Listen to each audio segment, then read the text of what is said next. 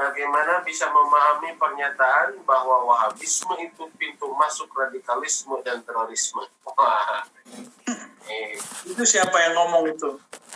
Itu nggak tahu ini siapa yang jelas peserta nih yang ngomongnya.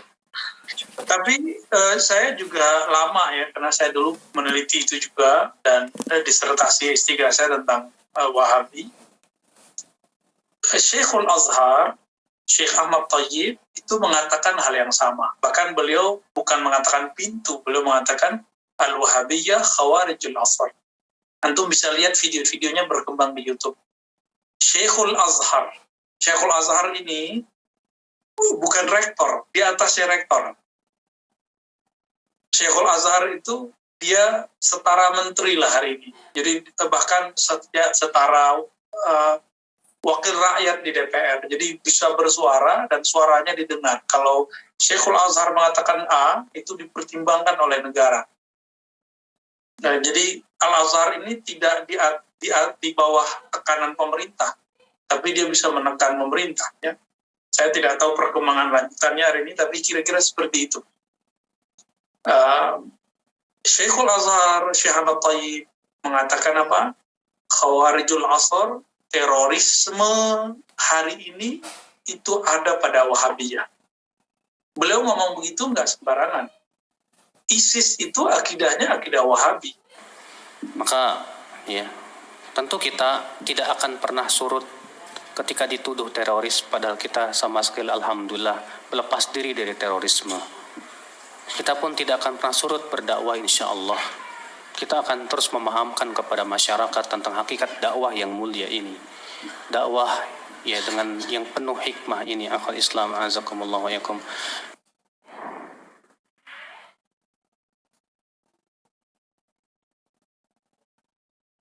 Ya. Namun akhi azakumullah wa yakum, munculnya radikal, terorisme, banyak sebab. Apa sebabnya? Yang pertama, al-jahl. Apa itu jahl? Bodoh. Kebodohan terhadap din. Bodoh di bagaimana tata cara memahami Al-Quran dan hadis. Karena kebodohan itu, makanya orang Khawarij itu Pak, bodoh. Pemahamannya dangkal. Ya. Lihat, mereka orang Khawarij itu sudah bodoh memahami Al-Quran dan hadis dengan pemahaman mereka sendiri. Akhirnya apa yang terjadi? Ya, akhirnya semakin menjadi-jadilah kesesatan mereka itu. Makanya akhi azakumullah wa iyakum, ya ketika kebodohan itu merajalela di tubuh umat Islam, akan muncul pemahaman-pemahaman yang aneh, itu pasti itu. Makanya akhi, ya sebab yang pertama ini harus kita tumpas dengan cara menyebarkan ilmu. Ya. Sebab yang kedua apa? Ada merujuk ilal ulama. Gak mau kembali kepada para ulama, gak mau merujuk para ulama besar.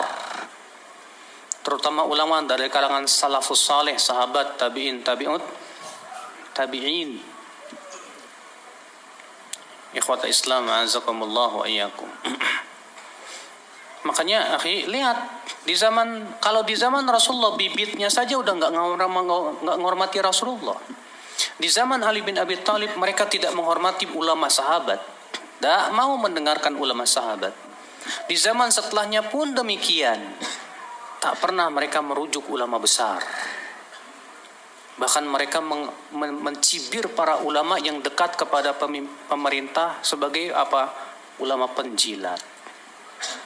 Mereka menuduh Syekh bin Baz ulama penjilat, Syekh Utsaimin ulama penjilat, apa itu ulama penguasa semuanya.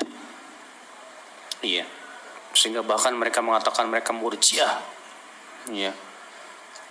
Subhanallah. Kalau ulama sudah dilecehkan, yang diulamakan siapa coba? Yang diulamakan yang sesuai dengan hawa nafsunya. Tahun 2006 atau lebih ya, saya pernah mengadakan kajian tentang terorisme di Masjid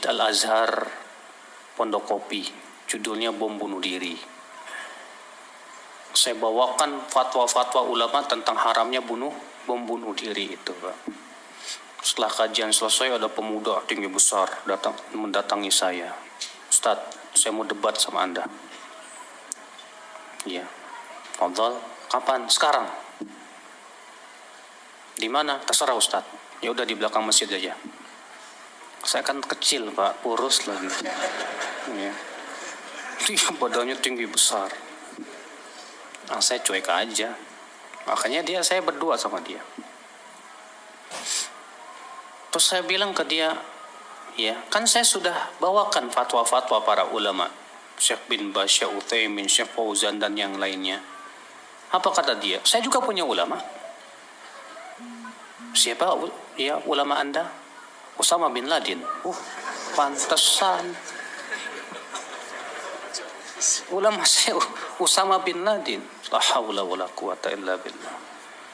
Kata saya, subhanallah, Usama bin Laden rupanya yang kamu jadikan ulama. Ya, dia udah marah banget Pak memukul saya. Tapi qadarullah, alhamdulillah, panitia tiba-tiba pada berdatangan aja. Ya, jadi akhirnya dia pergi. Tuh lihat Pak, kalau ulama yang sebenar-benarnya ulama dilecehkan, yang diulamakan siapa? Yang sesuai dengan keinginan. Inilah musibahnya. Padahal Usama bin Laden siapa? Belajar ilmu dari mana? Sekolah aja kagak. Ya. Tapi itulah ya akhi, azakumullah. Akhirnya mereka menilai ulama itu yang sesuai dengan hawa nafsu dan selera mereka. Kalau sudah ulama dilecehkan dan seorang pemuda jauh dari ulama, wah payah, kasihan nih pemuda. Pasti akan terbawa oleh emosi dia, terbawa oleh apa? Ya, semangat dia, sehingga dia berbicara pun dengan semangat dan emosi, bukan dengan ilmu dan akal, bukan ya akhwat Islam, azakumullah wa iyyakum. Ya. Makanya sebab yang kedua nih Pak. Ya, kenapa muncul terorisme? Yaitu tidak mau rujuk kepada siapa? Para ulama kibar. Gak mau. Ya.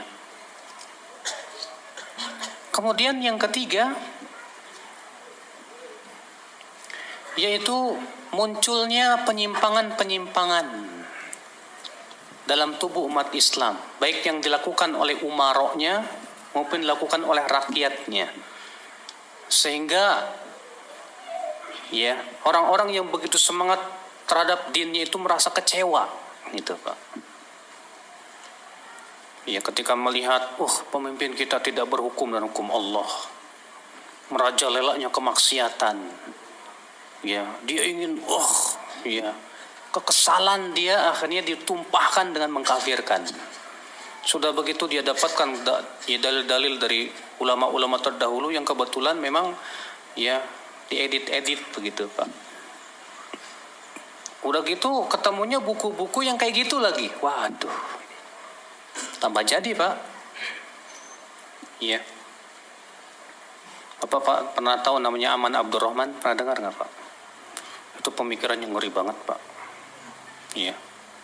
Dia katakan pemimpin kita kafir. Semua yang kerja di pemerintahan kafir. Pegawai negeri kafir. Mahasiswa yang belajar di perguruan tinggi negeri kafir. Sampai dia mengkafirkan mertuanya sendiri yang polisi Pak. Dia kafirkan, benar wallah.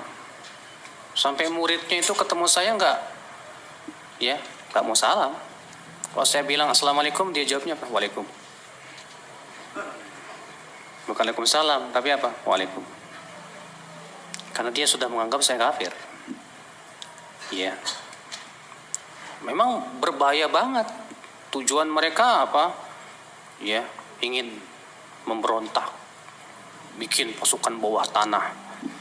Tahu sendiri bawah tanah Pak, adanya cacing, ya, cecunguk, tikus. Ikhwata Islam, ma'azakumullah wa iyyakum. Nah ini akhi, ya, ternyata setelah kita lihat buku-buku rujukannya itu yang berbahaya. orang-orang takfiri yang ada di Timur Tengah sana, ya, membuat buku, membawakan perkataan para ulama, tapi perkataan ulama itu diedit-edit sendiri. Makanya Dr. Muhammad Arifin Badri kan pernah membantah tulisannya Aman Abdurrahman itu, dan memberikan judul Aman Abdurrahman sang musang berbulu domba. Dan beliau kemudian membantahnya detail sekali, Masya Allah, dan dikirimkan langsung ke Aman Abdurrahman, tapi ya begitulah, nggak mau terima. Padahal dia sudah mati kutu sebetulnya, Pak. Tapi orangnya susah untuk dinasihati. Iya. Akhwat Islam, azakumullah wa iyyakum. Nah ini, akhi, munculnya penyimpangan-penyimpangan ini yang muncul membuat apa? Orang-orang yang sedang girah terhadap agama ini merasa kesal gitu, Pak. Sehingga akhirnya menimbulkan sikap-sikap radikal. Ya, pemimpin kita tidak berhukum dan hukum Allah, kafir. Kalau kafir gimana? Ayo kita memberontak. Ya. Ya seperti itu memang nakal Islam, azakumullah. Tanyakan antum nanti kalau mengundang sama Ustaz Abdurrahman Ayub, bagaimana perjuangan beliau JI itu, Jamaah Islamiyah, di mana beliau, mereka itu sebetulnya dari N11 itu, Pak, ya. Cikal bakalnya dari N11 semuanya sebetulnya. N11 itu kemudian mengirimkan orang-orangnya untuk berang di Afghanistan. Tujuannya apa? Ketika mereka nanti pulang ke Indonesia, perang di Indonesia. Dan beberapa orang yang memang dahulu di N11, alhamdulillah, yang kemudian sudah taubat bergabung dengan Salafi. Saya kenal beberapa mereka. Banyak kok ustadz N11 yang tadinya asalnya N11. Ustadz Abu Qatadah tadinya N11 beliau. Bahkan beliau itu kalau nggak salah sudah jadi menteri agamanya. Makanya beliau paham betul tentang N11. Ustadz Abu Haidar tadi N11. Kemudian ahli herbal itu siapa? Abu Muhammad Faris. N11 itu. Beliau ahli sejarahnya bahkan. Antum kalau ya tanya ke beliau tentang sejarahnya N11 sampai ke buyut-buyutnya, hafal dia, Pak. Iya. Tahu banget. Iya. Ikhwata Islam, azakumullah wa iyyakum. Nah, kenapa muncul hal seperti itu? Karena melihat pemimpin yang pemerintahan yang di Indonesia misalnya tidak berhukum dengan hukum Allah. Akhirnya mereka ingin supaya pemimpin kita berhukum dan hukum Allah. Tapi caranya gimana? Dengan mengadakan konfrontasi. Dengan cara apa? Yang lebih radikal. Dan yang lainnya. Padahal apakah benar Islam menghadapi setiap pemimpin yang tidak berhukum dan hukum Allah itu dengan cara radikal seperti itu? Tidak juga, ya akhi. Ya. Lihat misalnya Nabi Musa alaihissalam menghadapi tirani Fir'aun, ya tidak? Fir'aun, bayangkan, antum tahu sendiri di Fir'aun. Saya mau tanya sama antum, pemimpin kita dengan Fir'aun, mana yang lebih buruk? Fir'aun. Antum dengan Nabi Musa, mana yang lebih baik? Ya udah. Apa kata Allah kepada Nabi Musa? Idhaba ila Fir'aun innahu tagha. Pergilah kalian berdua kepada Fir'aun. Sesungguhnya Fir'aun itu togut. Tagha. Faqula lahu qawlan layyina la'allahu yatadhakkaru aw yakhsha. Ucapkanlah kepada Fir'aun dengan ucapan yang lemah lembut. Mudah-mudahan ia mau ingat atau takut. Lihat ya akhal Islam, ini Fir'aun bukan hanya berhukum selain Allah, kafir juga, menentang juga. Iya. Akhirnya Nabi Musa pun berdakwah kepada Fir'aun, tapi Fir'aun tidak menerima. Iya. Malah membunuhi anak-anak Banu Israel, Pak.